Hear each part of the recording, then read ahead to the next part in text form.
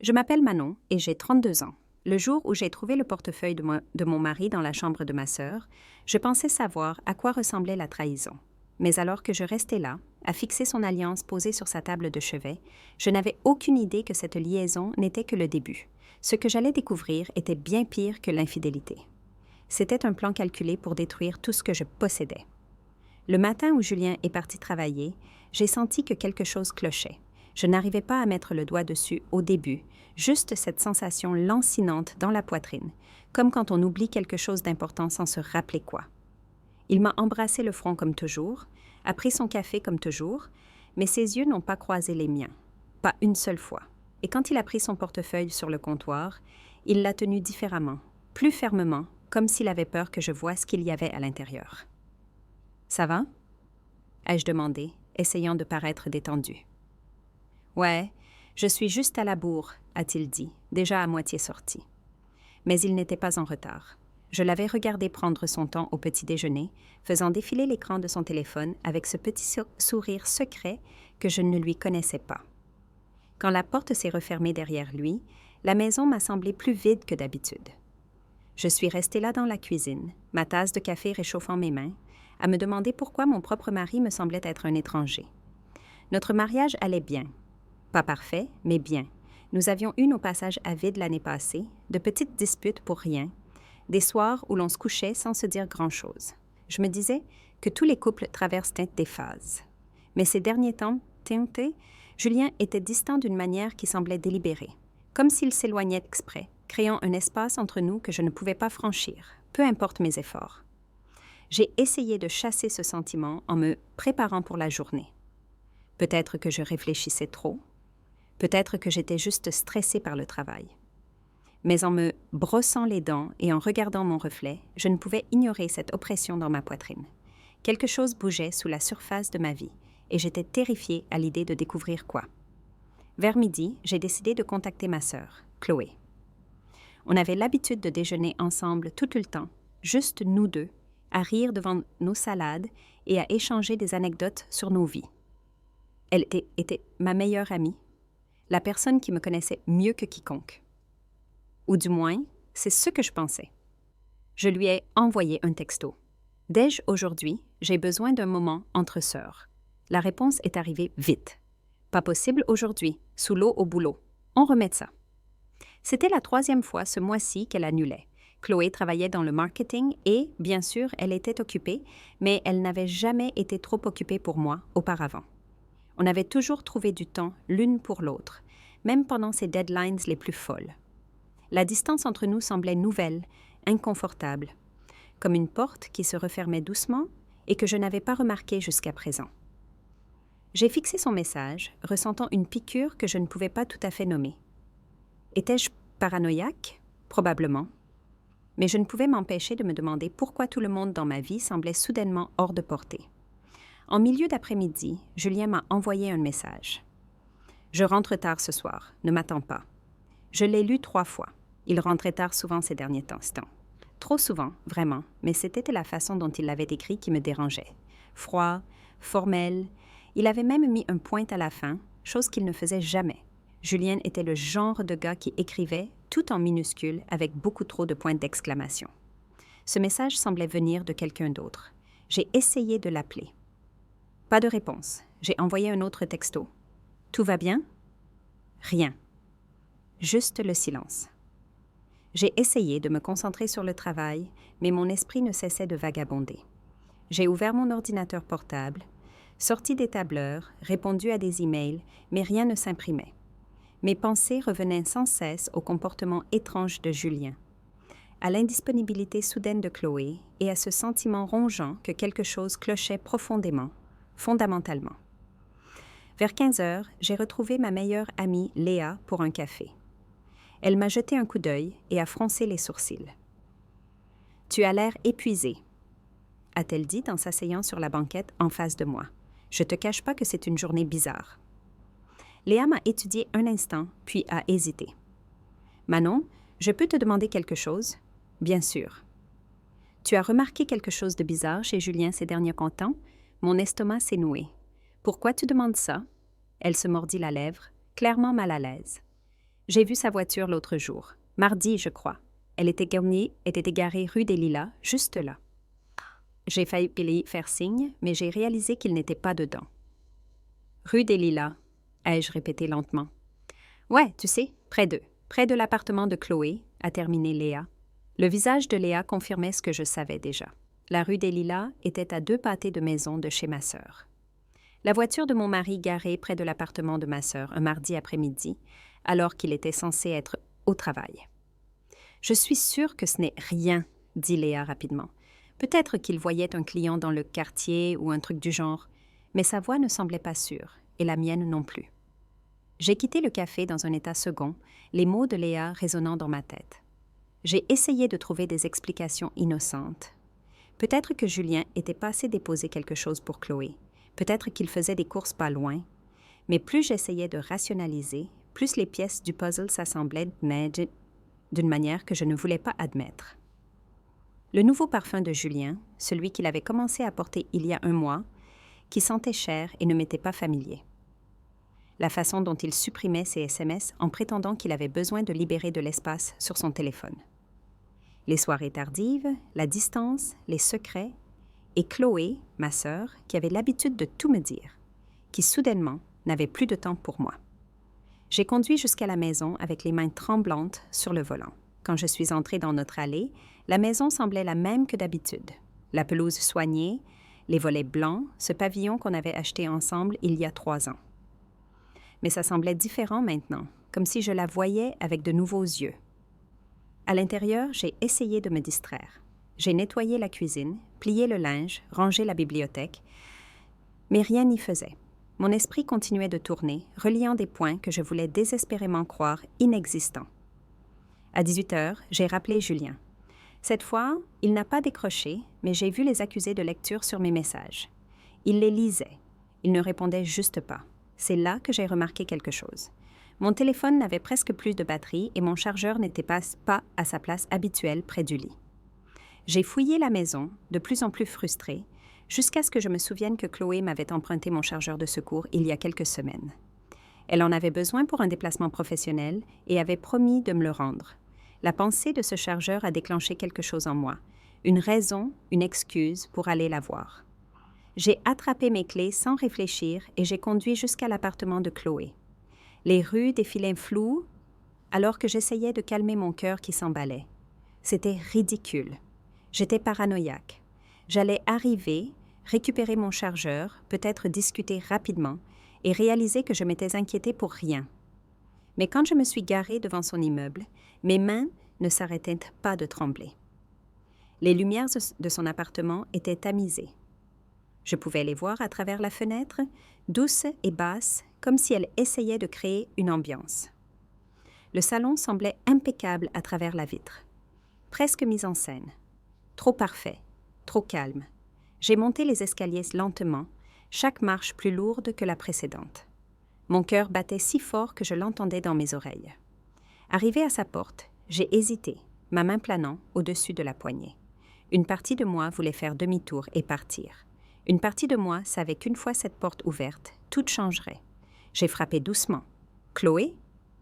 Pas de réponse. J'ai essayé la poignée. Ouverte. J'ai poussé la porte et je suis entrée. « Chloé, c'est moi. » Toujours rien. L'appartement était étrangement immobile, comme s'il retenait son souffle. J'ai traversé le salon, passé le canapé immaculé et la table basse avec sa bougie décorative unique. Tout semblait normal, trop normal. Je me suis dit de partir, d'envoyer un message à Chloé pour le chargeur plus tard, mais mes pieds continuaient d'avancer, me portant dans le couloir vers sa chambre. Un instinct que je ne pouvais nommer me poussait en avant, même si mon esprit me criait d'arrêter. J'ai atteint la porte de sa chambre et j'ai marqué une pause. De l'intérieur, j'ai entendu quelque chose, un son faible, à peine audible. Des voix calmes et chuchotées, comme des gens essayant de ne pas être entendus. Ma main tremblait en atteignant la poignée de porte. Chaque pensée rationnelle me disait de m'éloigner, de laisser tomber, de me protéger de ce que j'étais sur le point de trouver. Mais je ne pouvais pas. Je devais savoir. J'ai ouvert la porte. Et là, sur la table de chevet de Chloé, juste à côté de sa lampe et d'un verre de vin à moitié vide, trônait le portefeuille de Julien. Et à côté, brillant dans la pénombre, se trouvait son alliance. Le monde s'est arrêté. Je suis restée figée dans l'encadrement de la porte, fixant ce portefeuille et cette bague comme s'il s'agissait d'objets d'une autre dimension. Mon cerveau essayait désespérément de donner un sens à ce que je voyais, de trouver une explication innocente qui rendrait tout ça acceptable. Peut-être que Julien était passé plus tôt et les avait oubliés. Peut-être que Chloé les gardait en sécurité. Peut-être que tout ça n'était qu'un bizarre malentendu qui prendrait tout son sens une fois qu'on me l'aurait expliqué. Mais l'alliance, la bague, détruisait chaque excuse que mon esprit essayait de créer. Julien n'enlevait jamais son alliance. Jamais. Il m'avait dit une fois qu'il se sentait nu sans elle, qu'il aimait son poids, lui rappelant qu'il était marié à moi. Et maintenant, elle était posée sur la table de chevet de ma sœur comme si elle ne signifiait rien du tout. De quelque part, derrière la porte de la salle de bain, j'ai entendu des voix, calmes, intimes. L'une était incontestablement celle de Chloé, ce rire qu'elle avait quand elle flirtait, un peu soufflé et théâtral. L'autre voix était plus grave, masculine, disant quelque chose que je ne pouvais pas tout à fait distinguer. « S'il te plaît, sois quelqu'un d'autre », pensais-je désespérément. « S'il te plaît, sois Thomas, son fiancé. S'il te plaît, sois n'importe qui, sauf lui. » Mais je le savais au plus profond de mes tripes, je le savais déjà. Ma main a glissé vers mon téléphone dans ma poche. Au lieu de faire irruption, au lieu de crier et de les confronter, quelque chose en moi a basculé. J'avais besoin de preuves, j'avais besoin de certitude. Je devais être absolument sûre avant de faire exploser toute ma vie. J'ai reculé doucement de la chambre, le cœur martelant si violemment que je pensais qu'il l'entendrait à travers les murs. J'ai sorti mon téléphone avec des mains tremblantes et j'ai appuyé sur « Enregistrer », le tenant vers la porte de la salle de bain. La voix de Chloé est passée clairement. « On doit faire vite. Elle peut venir d'une minute à l'autre. » Mon estomac s'est transformé en glace. Une voix d'homme a répondu, étouffée mais audible. « Elle ne viendra pas. » Je lui ai dit que je bossais tard. « Julien. » C'était la voix de Julien. J'ai pressé ma main contre ma bouche pour m'empêcher de faire un bruit. Le téléphone tremblait dans ma prise alors que je continuais d'enregistrer, capturant chaque mot, chaque terrible seconde de confirmation.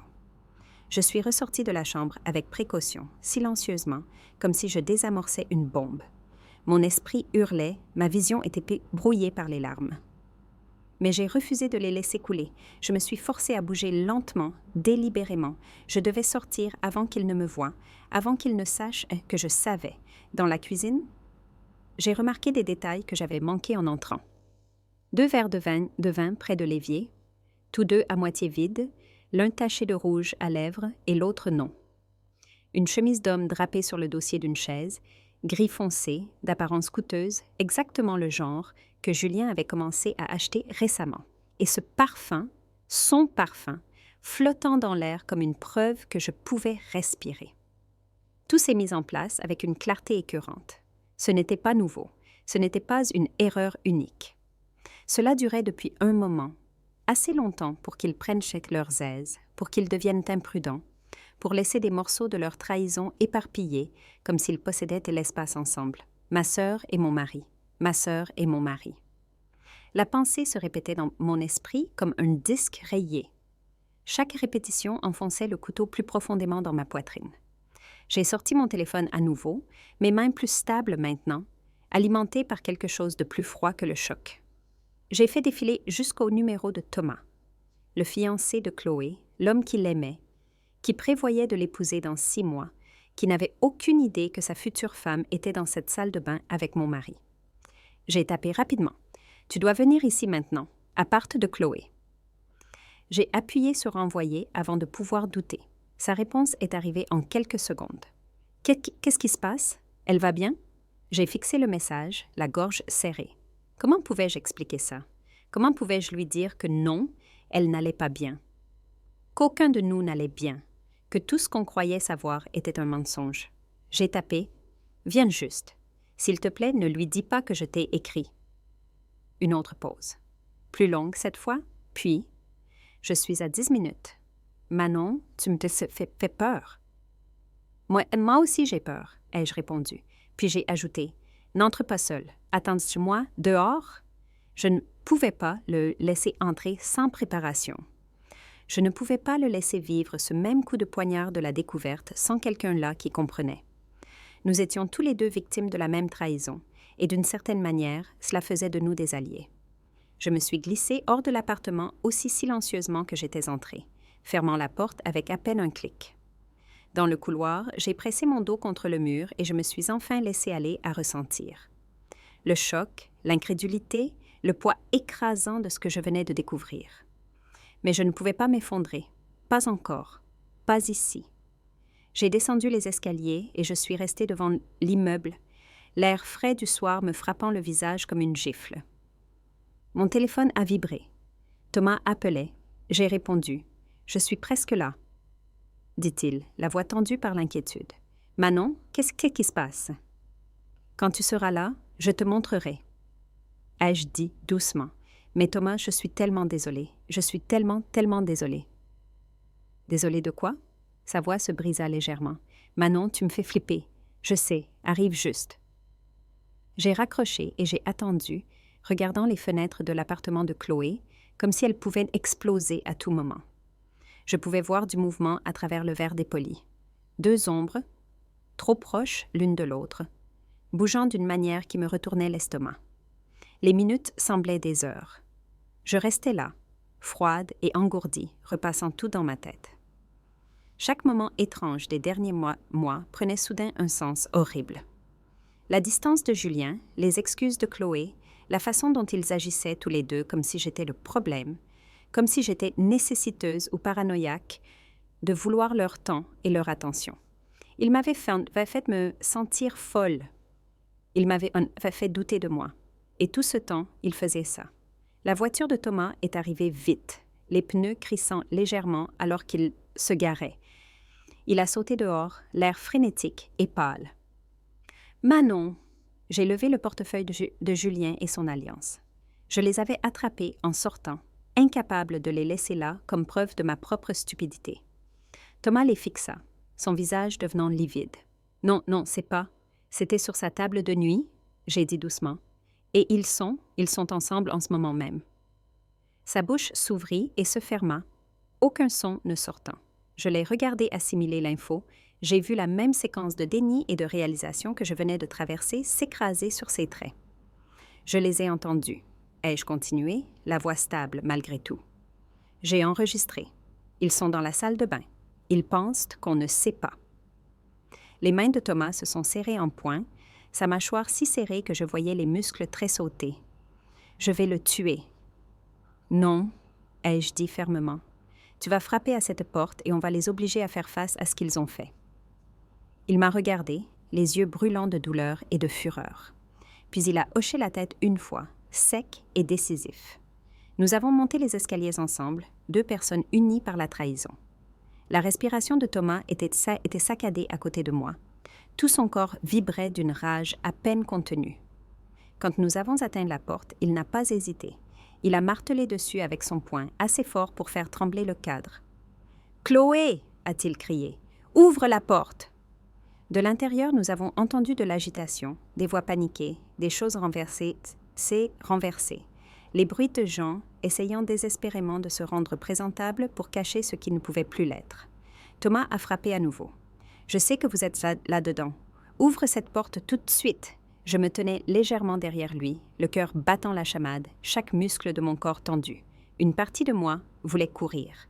Une partie de moi voulait prétendre que je n'avais jamais vu ce portefeuille, jamais entendu ces voix, jamais ouvert cette porte qui ne pouvait plus être refermée. Mais je suis restée parce que j'avais besoin de voir leur visage. J'avais besoin qu'ils sachent que je savais. La porte s'est ouverte. Chloé se tenait là, les cheveux en bataille, le chemisier mal boutonné, le visage vidé de toute couleur. Ses yeux se sont écarquillés quand elle a vu Thomas, puis encore plus quand elle m'a vu derrière lui.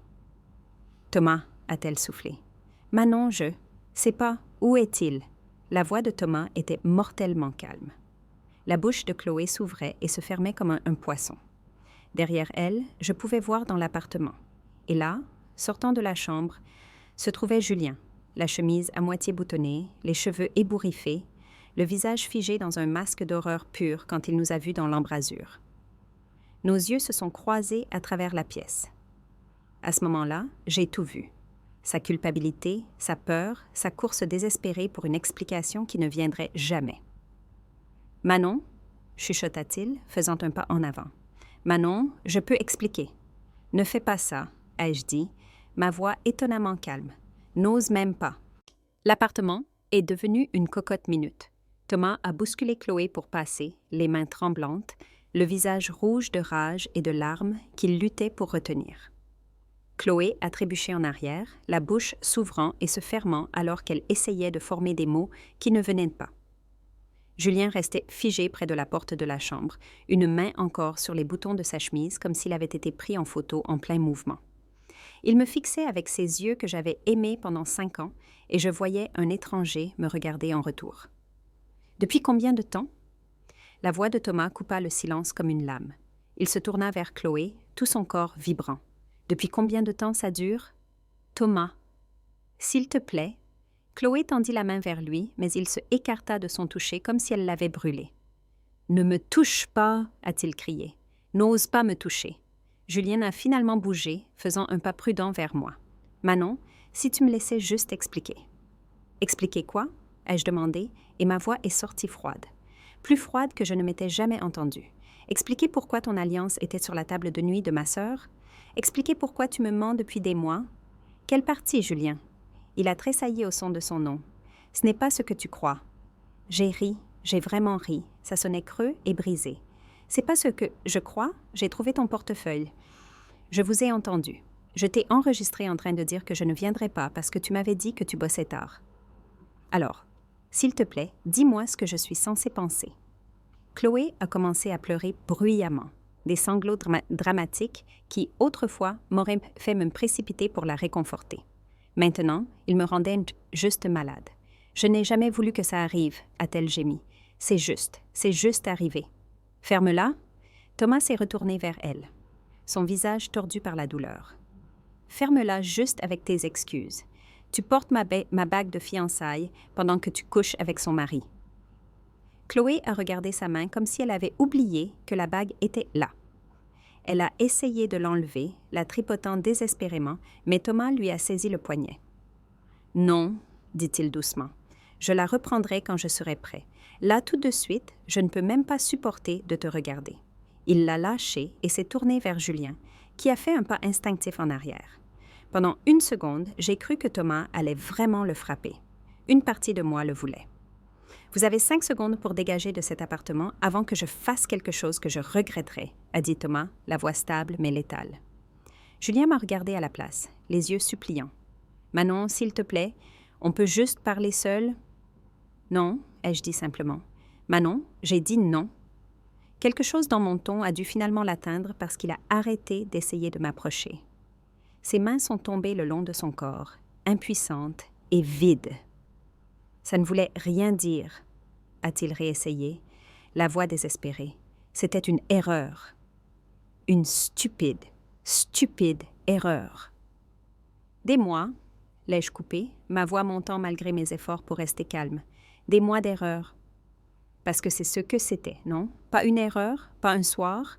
Des mois où tu l'as choisie, elle, plutôt que moi. Des mois à me mentir en pleine face. Des mois à planifier ça pendant que j'étais à la maison, à penser qu'on allait bien. Ma voix s'est brisée sur le dernier mot, et je me suis détestée pour ça. Je ne voulais pas pleurer devant eux.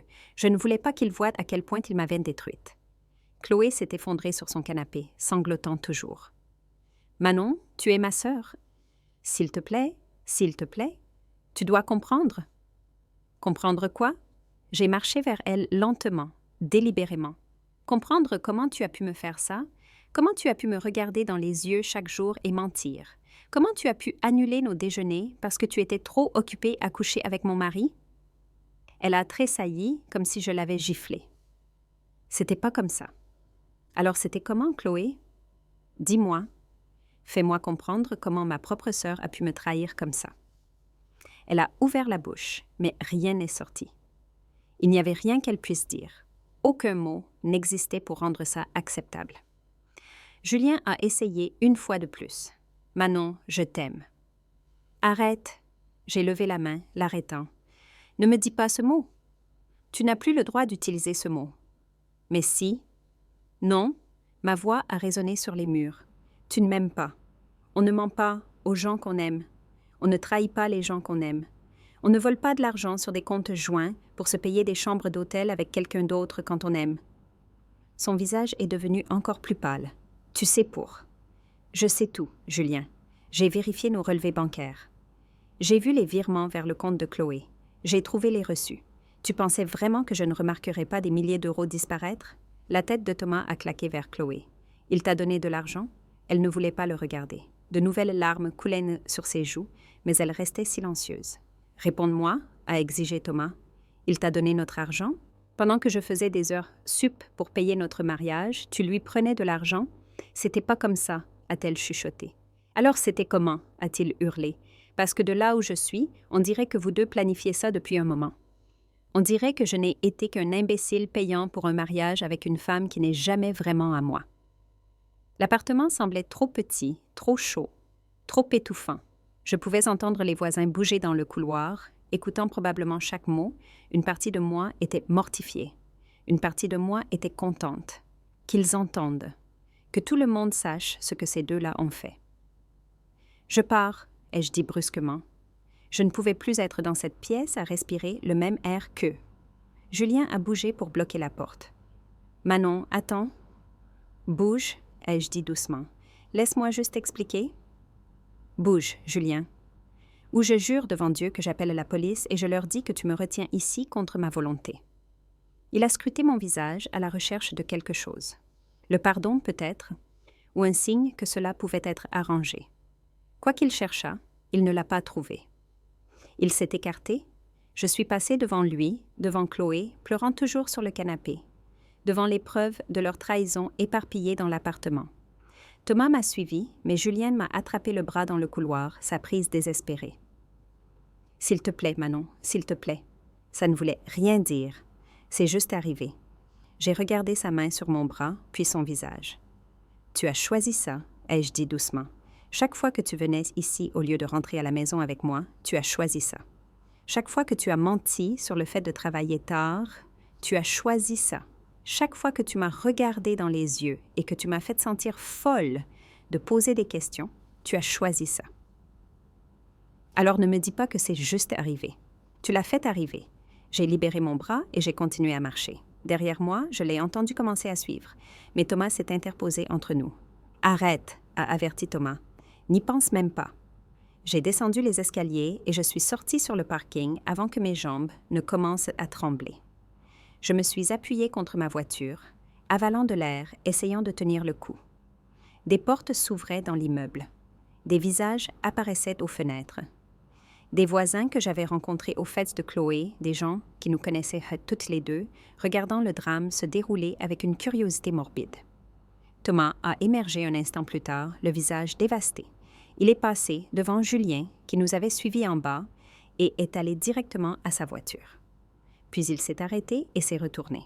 « La bague » a-t-il dit à Chloé, qui était apparue dans l'embrasure de la porte. « Je la veux tout de suite. » Elle l'a retirée avec des mains tremblantes et l'a tendue.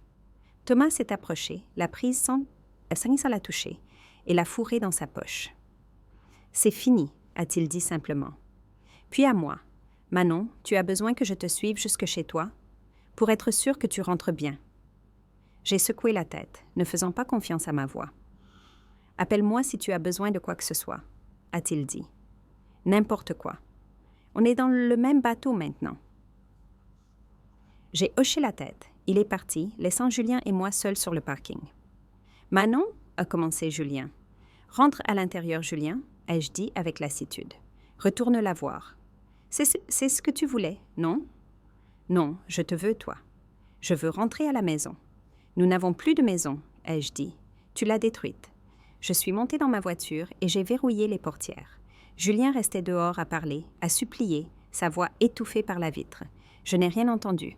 J'ai juste démarré le moteur et je suis partie, le regardant rétrécir dans mon rétroviseur jusqu'à ce qu'il disparaisse complètement. Le trajet de retour était flou. Je ne me souviens pas de la plupart du trajet. Je me souviens juste d'être entrée dans notre allée de garage.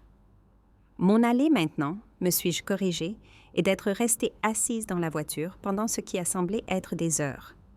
Quand je suis finalement entrée, Le silence était insupportable. Chaque pièce contenait les souvenirs d'une vie que je pensais construire. Un mariage que je pensais réel. La cuisine où nous avions pris le café ce matin. Le canapé où nous avions regardé des films. Le lit où il m'avait tenu et m'avait dit qu'il m'aimait. Tout semblait contaminé maintenant, ruiné. J'ai marché dans la maison dans un état second, ne touchant à rien, regardant juste les restes de ma vie comme s'ils appartenaient à quelqu'un d'autre. Dans la salle de bain, j'ai aperçu mon reflet dans le miroir, pâle, les yeux cernés, une étrangère portant mon visage. C'est là que j'ai finalement craqué. J'ai glissé le long du mur de la salle de bain et j'ai sangloté. D'énormes pleurs haletants qui me déchiraient la poitrine. J'ai pleuré pour mon mariage, j'ai pleuré pour ma sœur, j'ai pleuré pour la vie que je pensais avoir et l'avenir que je pensais m'attendre. Mais surtout, j'ai pleuré parce que j'ai réalisé que j'étais seule depuis des mois. Je ne le savais juste pas encore. Je me suis réveillée sur le sol de la salle de bain. Mon téléphone indiquait qu'il était 3 heures du matin. Mon visage était enflé, ma gorge à vif à force de pleurer. Pendant un moment béni, je ne me suis pas souvenue. Puis tout m'est revenu en pleine face. Je me suis relevée et j'ai trébuché jusqu'à la chambre. Le lit semblait trop grand, trop vide. Je ne pouvais pas me résoudre à dormir dedans. À la place, je suis allée dans la chambre d'amis et je me suis effondrée sur les couvertures. Toujours tout habillée. Le sommeil n'est pas venu. Je suis restée là à fixer le plafond, regardant les ombres bouger sur les murs alors que les voitures passaient dehors. Mon esprit repassait tout en boucle, rejoint des moments que j'avais écartés ou ignorés, les voyant maintenant à travers cette nouvelle et horrible lentille de clarté. Vers 5 heures, j'ai abandonné l'idée de dormir. Je suis descendue et j'ai fait du café avec des mains tremblantes. La maison semblait différente dans l'obscurité d'avant l'aube. Plus comme un foyer, mais comme une scène de crime. Des preuves partout. Je regardais les restes d'une vie qui n'avait été qu'un mensonge. L'ordinateur portable de Julien était toujours sur le comptoir de la cuisine où il l'avait laissé hier matin. Il ne le verrouillait jamais, le laissait toujours ouvert sur ses emails ou sur ce sur quoi il travaillait. Je l'ai fixé pendant un long moment avant de finalement l'ouvrir. Je me suis dit que je n'espionnais pas. Je cherchais la vérité et mon Dieu, je l'ai trouvée. Sa boîte mail était une mine d'or de trahison. J'ai commencé par l'évident. Chercher le nom de Chloé.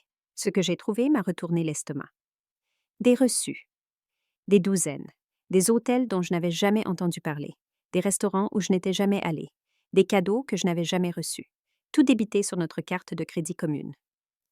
Celle qu'on utilisait pour les dépenses du ménage. Mon Dieu, les virements. Des centaines d'euros. Parfois des milliers, envoyés directement sur le compte de Chloé avec des libellés comme prêt et dépannage. Mais ce n'était pas juste l'argent, c'était la chronologie. Le premier reçu d'hôtel datait d'il y a 6 mois. 6 mois. Ce n'était pas une erreur récente ou un moment de faiblesse. Ça durait depuis 6 mois peut-être plus. 6 mois qu'ils planifiaient ça, coordonnaient les emplois du temps, construisaient une vie secrète ensemble. Pendant que je vaquais à mes occupations en pensant que tout allait bien. J'avais fait défiler ses SMS, ou ce qu'il en restait. Il avait supprimé des conversations, mais il en avait raté assez pour peindre un tableau que j'aurais aimé ne pas voir. Julien à Chloé, elle ne se doute de rien. On est tranquille. Chloé à Julien. Je me sens mal parfois, c'est ma sœur. Julien à Chloé. Alors on sera plus prudent. Je ne peux pas renoncer à ça. Je ne peux pas renoncer à toi. J'ai lu ces mots encore et encore. Mon café refroidissait dans ma main. Je ne peux pas renoncer à toi. Comme si j'étais l'obstacle, comme si j'étais le problème qui devait être géré. Mon téléphone a sonné, me faisant sursauter. C'était Léa. Je ne pouvais pas dormir, a-t-elle dit quand j'ai répondu.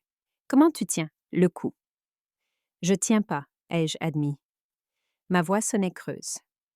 Léa, c'est bien pire que ce que je pensais. Ils font ça depuis des mois. Il lui a donné de l'argent. Notre argent? Oh, Manon.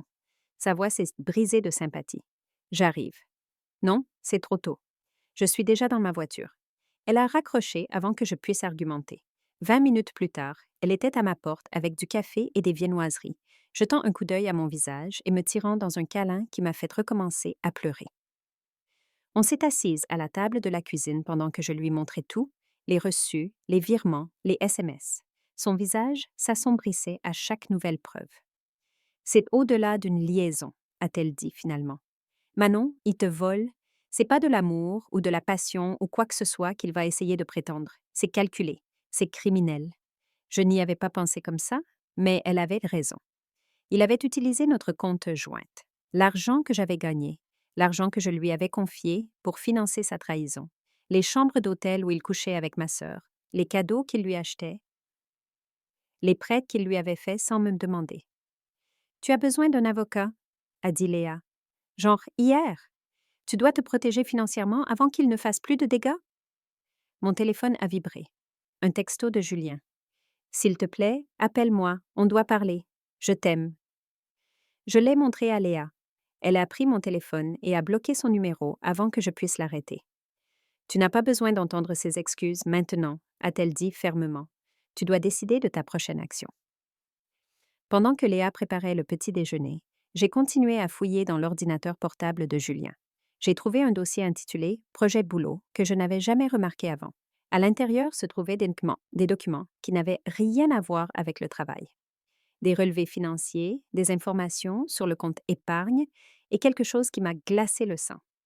Un comparatif des prix des appartements en ville, tous enregistrés il y a 3 mois. Il prévoyait de partir, prévoyait de déménager, prévoyait toute une vie sans moi avant même que je sache que quelque chose n'allait pas. La porte d'entrée s'est ouverte. J'ai entendu la clé de Julien dans la serrure. C'est pas dans le couloir. « Manon, a-t-il appelé, je sais que tu es là. Ta voiture est dans l'allée. S'il te plaît, on doit parler. » Léa s'est levée, se positionnant entre moi et l'embrasure de la cuisine. Elle ne veut pas te parler. Julien est apparu, l'air plus mal en point que je ne l'avais jamais vu. Ses yeux étaient rouges et bouffis. Ses vêtements, les mêmes qu'il portait hier. Ses cheveux en bataille. Il m'a regardé avec un espoir désespéré qui s'était mort quand il a vu mon visage. « Manon, s'il te plaît. »« Sors, ai-je dit doucement. C'est ma maison aussi. »« Sors, Julien, ou j'appelle la police. »« Je veux juste expliquer. »« Y a rien à expliquer. » Ma voix est montée malgré mes efforts pour rester calme. J'ai tout trouvé. Les hôtels, l'argent, les plans pour déménager. Je sais, Julien, je sais tout. Son visage s'est effondré. Je peux arranger ça. Je vais finir les choses avec Chloé. Je ferai tout ce que tu veux. J'irai en thérapie. Tu vas partir, ai-je dit. Tout de suite. Je veux que tu sortes de cette maison, Manon. Maintenant. Il a reculé, les mains levées. D'accord, mais ce n'est pas fini. Nous ne sommes pas finis. Je t'aime. Arrête de dire ça, ai-je dit, la voix se brisant. Tu n'as plus le droit de dire ça. Il est parti. J'ai entendu la porte se fermer, entendu sa voiture démarrer dans l'allée, puis le silence. Léa s'est assise à côté de moi, me prenant la main. Tu as fait ce qu'il fallait. Alors pourquoi ça fait si mal? Parce que tu l'aimais? Parce que tu lui faisais confiance? Parce qu'il était censé être dans ton équipe et qu'il t'a trahi de la pire façon possible. Mon téléphone a vibré à nouveau. Un numéro différent cette fois. L'amie de Chloé, Sarah. « Je peux t'appeler ?» disait le message. Je l'ai rappelé. Sarah a répondu immédiatement, la voix hésitante et peinée. « Manon, je suis tellement désolée. J'hésitais à t'appeler depuis des semaines. Je pensais que peut-être j'avais tort. Peut-être que j'interprétais mal les choses. Mais après hier soir... » Elle a pris une inspiration tremblante. « Je veux que tu saches que ce n'était pas la première fois pour Chloé. » Qu'est-ce que tu veux dire?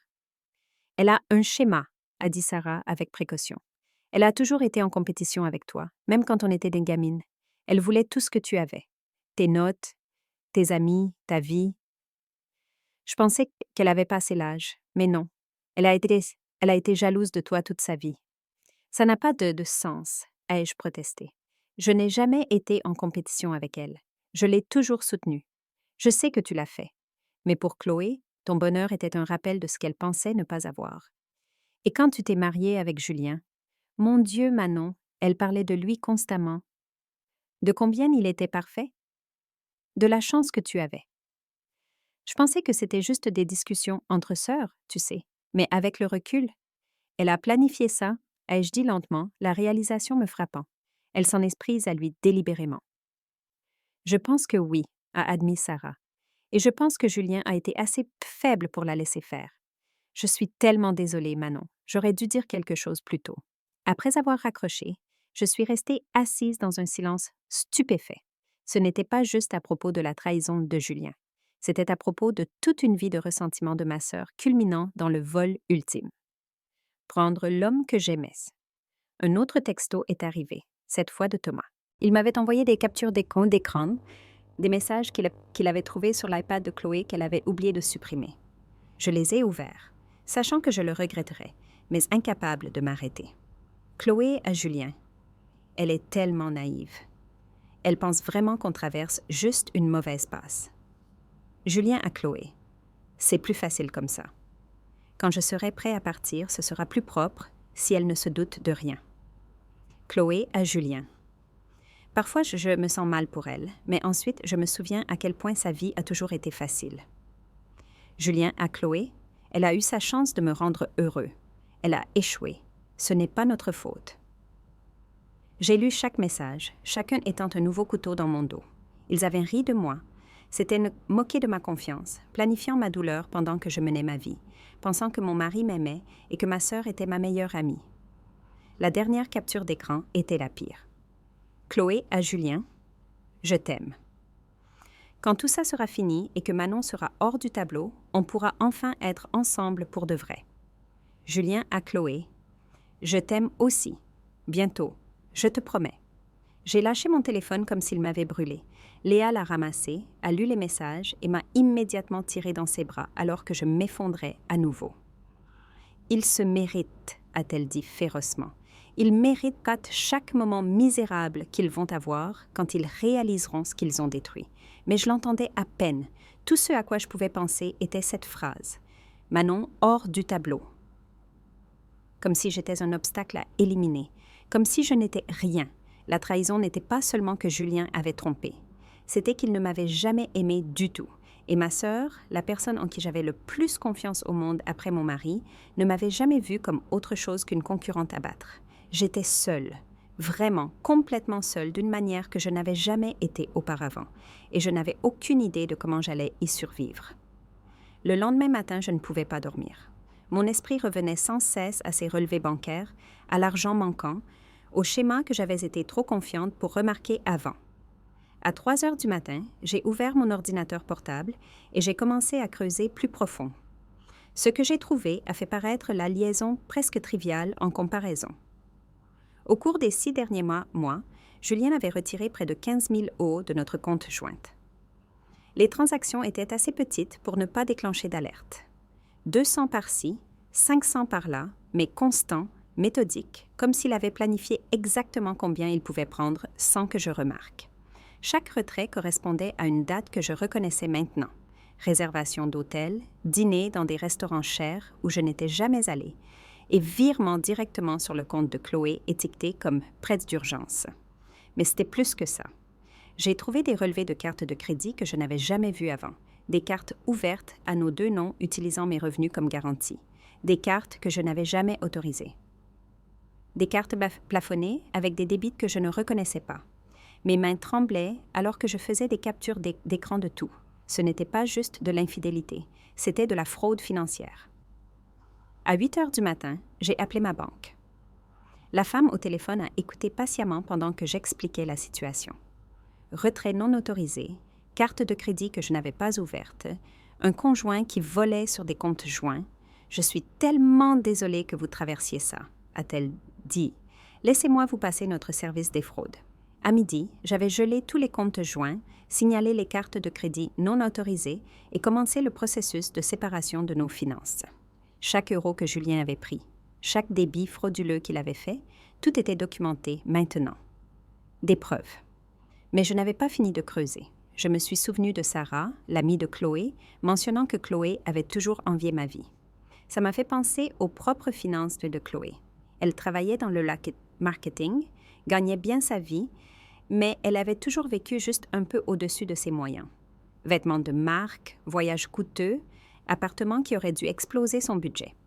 J'ai ouvert les réseaux sociaux de Chloé, remontant des mois de publication. Là, une photo d'il y a 4 mois d'elle dans un complexe au Mexique. La légende. Vacances bien méritées. La localisation. un hôtel 5 étoiles qui coûte des milliers par nuit. J'ai recoupé les dates. Julien m'avait dit qu'il était à une conférence de travail cette même semaine. Je l'avais même aidé à faire sa valise. Mon téléphone a sonné. « Thomas, j'ai trouvé quelque chose », a-t-il dit sans préambule. Chloé cachait de l'argent. J'ai épluché nos comptes joints et il y a des dépôts que je ne peux pas expliquer. Des milliers d'euros au cours des derniers mois venant de Julien. Je sais, ai-je dit, ce n'était pas une question. C'est ce que je pense. Manon, j'ai parlé à mon avocat. Ce qu'ils ont fait, le truc financier, c'est pas juste une liaison, c'est du vol, détournement de fonds, on pourrait porter plainte. La pensée m'a envoyé un frisson. Tu le ferais? Honnêtement, je l'envisage. Ils nous ont utilisés, Manon. Ils ont planifié tout ça pendant qu'on vivait juste nos vies, en leur faisant confiance. Ils méritent des conséquences. Après avoir raccroché, je suis restée avec ces mots. Porter plainte. Transformer ça en une affaire légale, pas juste personnelle. Une partie de moi voulait ça. Voulait que Julien et Chloé fassent face à de vraies conséquences, pas juste des relations brisées, mais une autre partie de moi voulait juste que tout soit fini. Mon téléphone a vibré. Un message vocal de Julien. Contre mon meilleur jugement, j'ai écouté. « Manon, s'il te plaît, je sais que tu es en colère, mais si tu me laissais juste expliquer, l'argent n'était pas ce que ça semble être. J'allais tout rembourser. J'avais juste besoin de temps. » Chloé traversait des trucs et je l'aidais et ça a dérapé, mais je n'ai jamais voulu te faire de mal. « Je t'aime. S'il te plaît, rappelle-moi. » Je l'ai effacé avant qu'il ait fini. Chaque mot était un mensonge enveloppé dans une excuse. Cet après-midi-là, j'ai conduit jusqu'à l'appartement de Chloé, pas pour la confronter. J'en avais fini avec les confrontations. J'avais juste besoin de comprendre l'ampleur totale de ce qu'ils avaient fait. J'ai utilisé le double des clés que j'avais encore, sachant qu'elles seraient au travail. À l'intérieur, l'appartement semblait différent à la lumière du jour, moins de mise en scène, plus vécu. Je n'étais pas là pour fouiner dans ses affaires personnelles. J'étais là pour une seule chose, la clé du garde-meuble de Julien. Je l'avais vue dans son tiroir à la maison, une petite clé en laiton avec un numéro dessus qui ne correspondait à aucune serrure que je connaissais. Je lui avais posé la question une fois, et il avait dit que c'était pour un casier au travail, mais Julien n'avait pas de casier au travail. Il travaillait de la maison la plupart du temps. J'ai fouillé l'appartement de Chloé méthodiquement. Tiroir de bureau, placard de cuisine, commode de chambre, et là, dans sa boîte à bijoux, sous un enchevêtrement de collier, je l'ai trouvé. Une clé identique avec le même numéro. Mon cœur battait la chamade alors que je l'empochais et partais. Le centre de stockage était en périphérie de la ville, le genre d'endroit qui avait l'air de ne poser aucune question. J'ai trouvé le box correspondant au numéro de la clé et je l'ai ouvert avec des mains qui ne s'arrêtaient pas de trembler. À l'intérieur se trouvait un espace soigneusement organisé qui me disait tout ce que j'avais besoin de savoir sur la durée de ce plan. Des cartons étiquetés avec l'écriture de Chloé, des vêtements de marque avec les étiquettes encore dessus, des cadeaux que Julien lui avait achetés et que j'avais payés sans le savoir, des reçus d'hôtel remontant à 8 mois, pas 6, un téléphone supplémentaire que je n'avais jamais vu Julien utiliser, et un dossier, un épais dossier cartonné étiqueté plan B. Je l'ai ouvert avec un sentiment d'effroi. À l'intérieur se trouvaient des documents imprimés, des modèles d'accords de divorce avec mon nom rempli, des calculs financiers montrant comment Julien diviserait nos actifs, ou plutôt comment il en prendrait la plupart, des annonces d'appartements d'il y a 9 mois, à l'époque où je pensais que notre mariage allait bien. Il y avait même une chronologie écrite de la main de Julien. Phase 1, établir des finances séparées. Terminé. Phase 2, transférer les actifs progressivement, en cours. Phase 3, sécuriser une nouvelle situation de logement, en cours. Phase 4, demander le divorce, en attente. Je me tenais dans ce box de stockage froid, fixant le plan manuscrit de mon mari pour détruire ma vie, et quelque chose en moi a basculé. Ce n'était pas à propos d'une liaison. Ce n'était même pas à propos d'amour ou de passion, ou d'aucune des excuses qu'ils essayaient de donner. C'était un plan calculé pour prendre tout ce que j'avais, mon argent, ma maison, ma famille, ma confiance, et me laisser sans rien. Julien n'était pas tombé amoureux de ma sœur. Il s'était associé à elle pour me dépouiller. J'ai pris des photos de tout. chaque document, chaque reçu, chaque pièce à conviction. Puis j'ai fermé le box, je l'ai verrouillé et j'ai conduit directement au cabinet d'avocat que Léa m'avait recommandé. L'avocate s'appelait Maître Valérie Dumont et elle était exactement ce qu'il me fallait. Vive, pragmatique et clairement pas impressionnée par les gens qui essayaient de tricher avec le système. J'ai tout étalé sur son bureau, les relevés bancaires, les captures d'écran des messages, les photos du box de stockage, le dossier plan B. Elle a examiné chaque pièce méthodiquement, son expression s'assombrissant à chaque page. C'est au-delà d'un simple cas de divorce. Elle a dit finalement « Votre mari a commis une fraude, de multiples chefs d'accusation, utilisation non autorisée de crédit, vol sur compte joint, appauvrissement intentionnel des biens matrimoniaux avec l'intention de vous priver de votre part. » « On peut le prouver ?» ai-je demandé. « Avec ces preuves, absolument. La question est jusqu'où vous voulez aller. Plainte au pénal ou juste civil. » J'ai pensé à la voix de Julien sur ce message vocal essayant encore de me manipuler, au message de Chloé se moquant de ma naïveté. À ce dossier étiqueté « Plan B » où ils avaient cartographié ma destruction comme si c'était juste un autre projet. « Je veux tout » ai-je dit doucement. « Je veux me protéger, récupérer ce qui est à moi et m'assurer qu'ils ne puissent faire ça à personne d'autre. » Maître Dumont a souri sinistrement. « Alors commençons. » Au cours de la semaine suivante, j'ai suivi les instructions de Maître Dumont à la lettre. D'abord, j'ai sécurisé tous les actifs restants. J'ai déplacé ce qu'il restait sur nos comptes joints vers un compte séparé à mon nom uniquement, complètement légal puisque Julien les vidait illégalement. J'ai changé tous les mots de passe, sécurisé tous les documents, photographié tout ce qu'on possédait. Julien a essayé de passer à la maison 3 fois. Chaque fois, je n'ai pas ouvert la porte. La 3e fois, il a commencé à crier à travers la fente de la boîte aux lettres que j'étais déraisonnable, qu'on devait parler. J'ai enregistré chaque mot. « Continuez à faire ça », a dit Maître Dumont quand je lui ai fait écouter l'enregistrement. Il établit un schéma de harcèlement. Je renforce notre dossier. Thomas s'appelait régulièrement pour prendre des nouvelles. Il avait demandé le divorce de Chloé et travaillait avec son propre avocat pour récupérer l'argent qu'elle avait pris.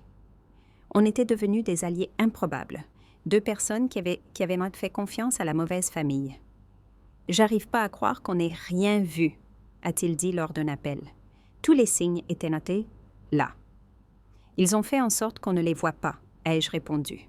Ça faisait partie de leur plan, nous garder confortables, nous garder confiants jusqu'à ce qu'ils soient prêts à appuyer sur la gâchette.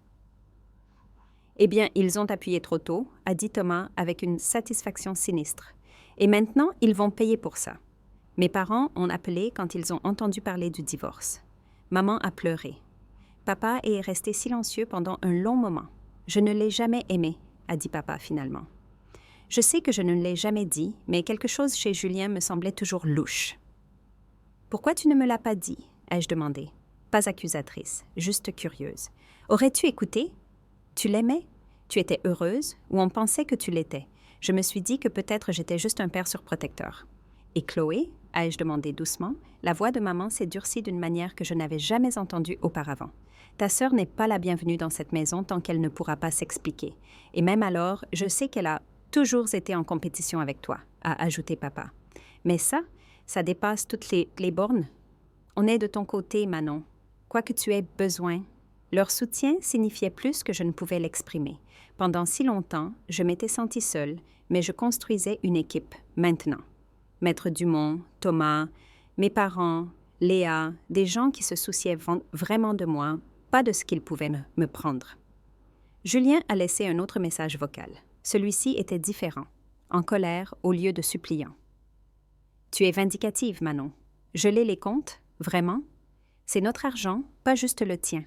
Mon avocat dit que tu ne peux pas faire ça. Tu vas regretter de rendre ça difficile. » Je l'ai fait écouter à Maître Dumont, qui a ri. Son avocat a dit « Vous ne pouvez pas protéger vos propres actifs de quelqu'un qui commet une fraude. Il a besoin d'un meilleur avocat. Gardez cet enregistrement. » Sa colère montre son vrai visage maintenant. 2 semaines après avoir trouvé le box de stockage, j'ai reçu les papiers du divorce que Julien avait déposés. Son avocat demandait 50% de tout, la maison, les économies, les comptes retraite. Il voulait une prestation compensatoire. Il voulait que je paye ses frais de justice. Maître Dumont les a lus et a secoué la tête. « Il est culotté. Laissez-moi gérer ça. » Sa réponse a été dévastatrice. Elle a souligné chaque débit frauduleux, chaque retrait non autorisé, chaque mensonge que Julien avait raconté. Elle a inclus des copies du dossier Plan B, les reçus d'hôtel, les messages se moquant de moi, et elle a exigé une restitution complète plus des dommages et intérêts. « On ne transige pas, » m'a dit Maître Dumont. « On va au tribunal et on va gagner. » J'ai commencé à tout documenter dans un journal. Dates, heures, interactions, tentatives de contact, chaque preuve qui montrait le caractère et les intentions de Julien. Maître Dumont a dit que c'était peut-être excessif, mais je m'en fichais. Je voulais un dossier en béton. Lentement, j'ai senti mon pouvoir revenir. Pas le pouvoir que j'avais dans mon mariage qui avait été une illusion. Le vrai pouvoir. Le pouvoir de connaître la vérité et d'avoir les preuves pour le prouver. Le pouvoir d'avoir des gens qui me soutenaient vraiment au lieu de m'utiliser. Chloé a essayé d'appeler une fois. J'ai laissé aller sur messagerie. « Manon, s'il te plaît, tu es ma sœur. On doit parler de ça. Je sais que tu es en colère, mais tu montes tout le monde contre moi. Maman et papa ne veulent même pas me parler. Est-ce qu'on peut juste? Est-ce qu'on peut au moins essayer d'arranger ça? » Je n'ai pas rappelé. Il n'y avait rien à arranger. Elle avait fait son choix. Un soir, je suis passée devant la maison que Julien et moi avions achetée ensemble. Notre maison, ma maison maintenant. Si Maître Dumont obtenait gain de cause, je me suis assise dans la voiture en regardant les fenêtres, me souvenant du jour où on avait emménagé. Comme j'avais été heureuse, si pleine d'espoir pour notre avenir. Cette femme me semblait être une étrangère maintenant. Elle avait été naïve, confiante, prête à ignorer les drapeaux rouges parce qu'elle voulait croire en l'amour. Je n'étais plus elle. Je ne pouvais pas me permettre de l'être. Je me suis éloignée de la maison et je n'ai pas regardé en arrière. 3 semaines avant la date du tribunal, Chloé s'est pointée chez mes parents pendant le déjeuner du dimanche. J'étais là avec Léa, essayant de maintenir un semblant de normalité dans ma vie. Quand Chloé est entrée sans frapper, la pièce est devenue silencieuse. Elle avait l'air terrible. Cheveux sales, vêtements froissés, yeux rouges et bouffis. Pendant un moment, j'ai presque eu pitié d'elle. Presque. « Manon, » dit-elle, la voix se brisant immédiatement. « S'il te plaît, tu dois m'écouter. C'est tout un malentendu. Julien et moi, on n'a jamais voulu te faire de mal. C'est juste arrivé. Et maintenant, tu montes tout le monde contre moi et je ne peux pas. Je ne peux plus supporter ça. » « Sors, » a dit maman doucement. Chloé l'a ignorée, marchant vers moi. « Tu es ma sœur. Tu me connais. Tu sais que je n'essaierai pas délibérément de te faire du mal. J'ai fait une erreur, oui, mais la façon dont tu me traites. Arrête, ai-je dit. Ma voix est sortie plus calme que je ne le ressentais. Arrête juste, Chloé. Mais tu ne comprends pas. Je comprends parfaitement. J'ai sorti mon téléphone et je lui ai montré les captures d'écran que Thomas m'avait envoyées. Je comprends que toi et Julien, vous vous êtes moqués de moi dans mon dos. Je comprends que tu l'as aidé à me voler. Je comprends que tu as planifié ça pendant des mois tout en prétendant être ma sœur. Son visage était devenu pâle. Ces messages, ils sont hors contexte. Vraiment? Je me suis levée face à elle. Alors explique le contexte où elle est tellement naïve et quelque chose de bienveillant. Explique comment Manon hors du tableau n'est pas planifié de détruire ma vie. Je n'ai jamais. Elle a regardé autour de la pièce désespérément, cherchant un allié. Elle n'en a trouvé aucun. Maman et papa sont restés de marbre. Léa regardait avec un mépris froid. « Montre-leur le dossier, » a dit Léa doucement. « Le dossier Plan B. » J'ai ouvert les photos sur mon téléphone. La chronologie manuscrite de Julien, les modèles de divorce, les calculs financiers, les yeux de Chloé se sont écarquillés quand elle les a vus. « Tu as gardé des preuves de ton propre crime, » ai-je dit, dans un box de stockage que tu partageais avec Julien. Un box de stockage auquel j'ai maintenant accès. Tout ce que tu as fait, tout ce que tu as planifié, j'ai des preuves. Chloé s'est assise lourdement sur le canapé, toute combativité drainée hors d'elle. « Manon, s'il te plaît. Si tu vas jusqu'au bout avec ça, le truc légal, je pourrais tout perdre. Mon travail, ma réputation. Tu aurais dû y penser avant, » a dit maman sèchement, avant de trahir ta propre sœur, mais elle est vindicative. Les larmes de Chloé se sont transformées en colère. Elle a gelé les comptes de Julien. Elle prend tout dans le divorce. Elle vous monte contre moi. Elle se protège, a interrompu papa. De 2 personnes qui ont essayé de la dépouiller. Tu ne peux pas jouer la victime ici, Chloé. Je suis votre fille aussi. Aussi. Alors agis comme la sœur de Manon, a dit maman froidement. Jusqu'à ce que tu puisses faire ça, tu n'es pas la bienvenue ici. Chloé m'a regardé une dernière fois, le mascara coulant sur ses joues. J'espère que tu es heureuse. Tu as détruit ma vie. Non, ai-je dit doucement. Tu as détruit ta propre vie. J'ai juste empêché que tu détruises la mienne. Elle est fait qu'elle est partie, claquant la porte derrière elle. Le silence qui a suivi était lourd, mais pas inconfortable. Papa a tendu la main et a serré la mienne. « Je suis fière de toi », a-t-il dit simplement. Le coup suivant est venu d'une direction inattendue. Julien a perdu son travail. Thomas m'a texté la nouvelle. L'entreprise de Julien l'a viré. Son patron m'a appelé pour vérifier certaines dates. Je suppose que quelqu'un leur a tuyauté qu'il mentait sur des voyages d'affaires. Ils ont enquêté et découvert qu'il falsifiait aussi des notes de frais. Je fixe le message, ressentant un mélange complexe de satisfaction et de culpabilité. Satisfaction parce qu'il méritait des conséquences. Culpabilité parce que je n'avais jamais voulu être le genre de personne qui célébrait la chute de quelqu'un d'autre. Mais ensuite, je me suis souvenu du dossier plan B. Comment il avait calculé exactement comment me laisser sans rien. La culpabilité s'est évaporée. Bien, j'ai répondu par texto. Le message suivant de Thomas m'a fait rire aux éclats. Chloé m'a appelé en pleurant, me suppliant de la reprendre. Elle a dit que Julien ne peut plus l'entretenir et qu'elle est en retard sur son loyer. Je lui ai dit d'appeler sa sœur pour de l'aide. Qu'est-ce que c'est qu'elle a dit? Elle m'a raccroché au nez. Je pouvais l'imaginer parfaitement.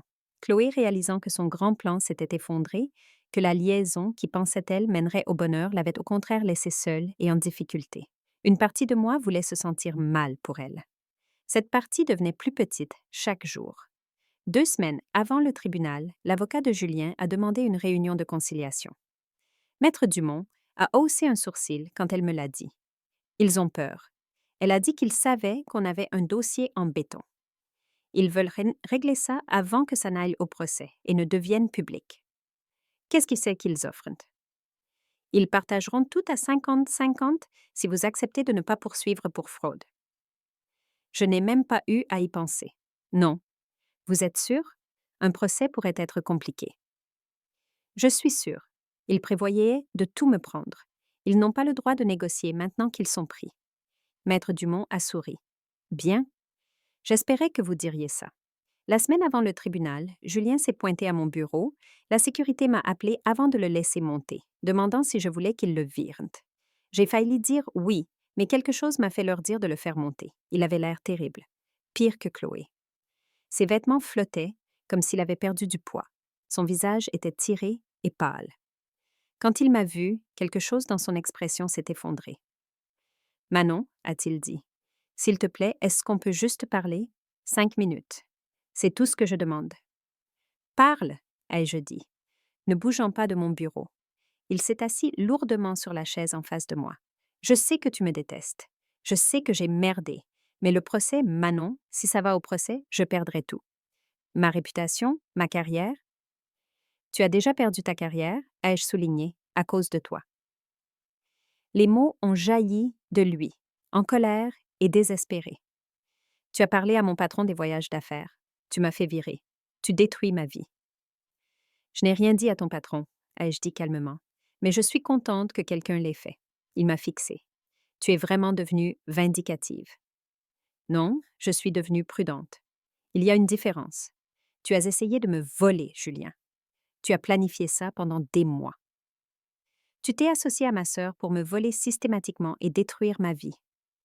Et maintenant que tu fais face aux conséquences, tu veux me blâmer d'être vindicative. Ce n'était pas censé se passer comme ça, a-t-il dit. Et il avait l'air réellement triste. Chloé et moi, on pensait qu'une fois ensemble, une fois que tout ça serait fini, on serait heureux. Mais tout s'est effondré si vite parce que c'était construit sur des mensonges. J'ai dit, tu ne peux rien construire de vrai sur la trahison. Il m'a regardé pendant un long moment. Je t'ai aimé autrefois, tu sais, au début. Peut-être, ai-je reconnu, mais tu as arrêté bien avant que je le remarque.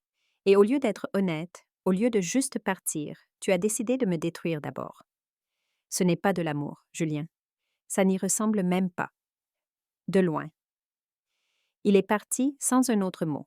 Je l'ai regardé partir, ne ressentant rien d'autre que du soulagement à l'idée de ne plus jamais avoir à le voir en dehors d'un tribunal. La salle d'audience était plus petite que je ne l'imaginais, stérile et froide avec des lumières fluorescentes qui rendaient tout légèrement irréel. Julien était assis avec son avocat, ne me regardant pas. J'étais assise avec Maître Dumont, me sentant étonnamment calme. Le juge a examiné les preuves méthodiquement. Maître Dumont a tout présenté. Les relevés bancaires montrant les retraits non autorisés, les cartes de crédit ouvertes à mon nom, la documentation du box de stockage, les messages où Julien et Chloé s'étaient moqués de moi et avaient planifié ma chute. L'avocat de Julien a essayé d'argumenter que l'argent avait été pour des dépenses communes, que les cartes de crédit étaient un malentendu, que les messages étaient sortis de leur contexte. Mais à chaque excuse, Maître Dumont a calmement produit plus de preuves qui le contredisaient. Le dossier plan B a été le tournant. Quand le juge a vu la chronologie manuscrite de Julien pour épuiser nos actifs avant de demander le divorce, son expression s'est durcie. Ceci montre une intention claire de frauder, a dit le juge. Ce n'est pas un malentendu ou un litige conjugal. C'est du vol calculé. L'avocat de Julien n'avait pas de réponse à ça. Le jugement est tombé de manière décisive. J'ai gardé la maison, tous les actifs communs restants et mes comptes retraite. Julien a été condamné à rembourser chaque euro qu'il avait retiré ou débité frauduleusement, plus des dommages et intérêts. Le juge a également émis une ordonnance d'interdiction empêchant Julien de me contacter en dehors des canaux juridiques officiels.